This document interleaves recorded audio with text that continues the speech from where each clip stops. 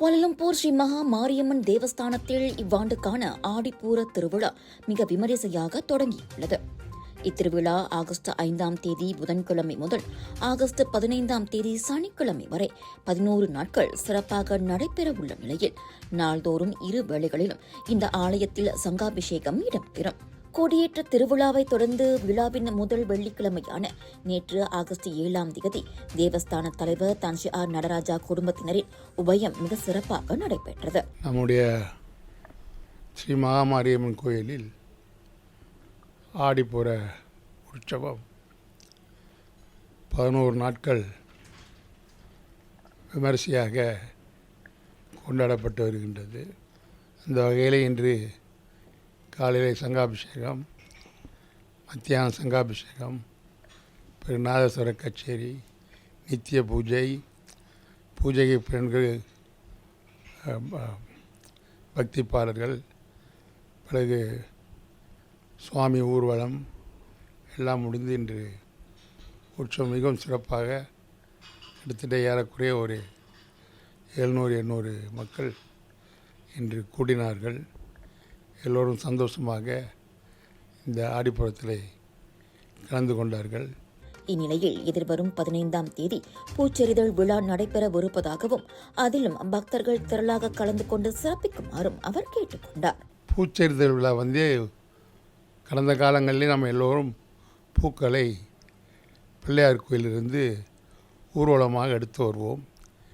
இப்பொழுது கூட்டமல்ல பிள்ளையார் கோயிலுடைய திருப்பணி வேலைகளும் கும்பாபிஷேக வேலைகளும் வேகமாக நடந்து கொண்டிருக்கின்ற காரணத்தினால் இந்த பூக்களை கொண்டு வரக்கூடிய மாதர்கள், சகோதரிகள்,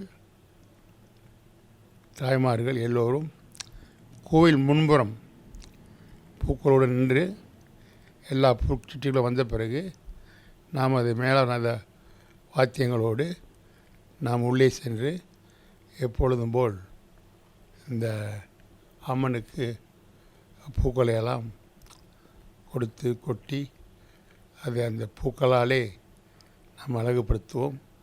அந்த விழாவில் நீங்கள் கலந்து கொள்ள வேண்டும்.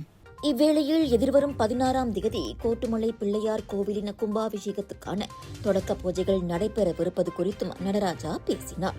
வருகின்ற 16ஆம் தேதி நம்முடைய கோட்டுமலை பிள்ளையார் கோயிலுடைய கும்பாபிஷேகத்தினுடைய துவக்க பூஜை நடைபெறவிருக்கின்றது.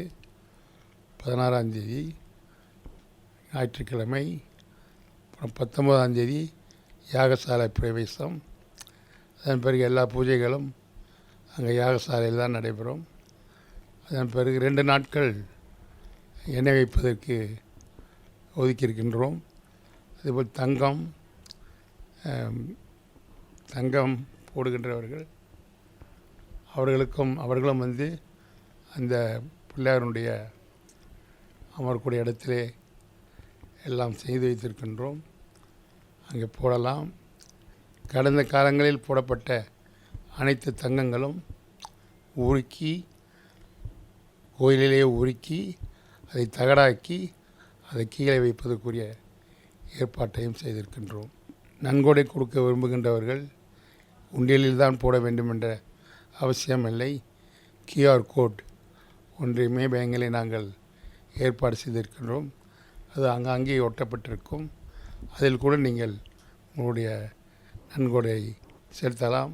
இந்த வேளையில் நன்கொடை வழங்கியவர்களுக்கு நன்றி தெரிவித்த நடராஜா அடுத்த ஞாயிறு அனைவரும் பங்கேற்று அந்த பூஜையை சிறப்பிக்குமாறும் பக்தர்களை கேட்டுக்கொண்டார்.